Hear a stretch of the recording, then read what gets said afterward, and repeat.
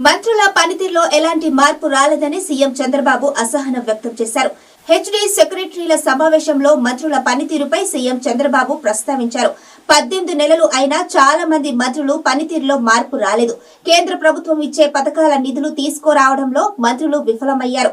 ఢిల్లీకి అధికారులతో కలిసి వెళ్తే సంబంధిత పథకాలను కేంద్రం నుంచి నిధులు వస్తాయి. ఇకనైనా మంత్రులు పనితీరు మార్చుకోవాలి అని చంద్రబాబు అన్నారు.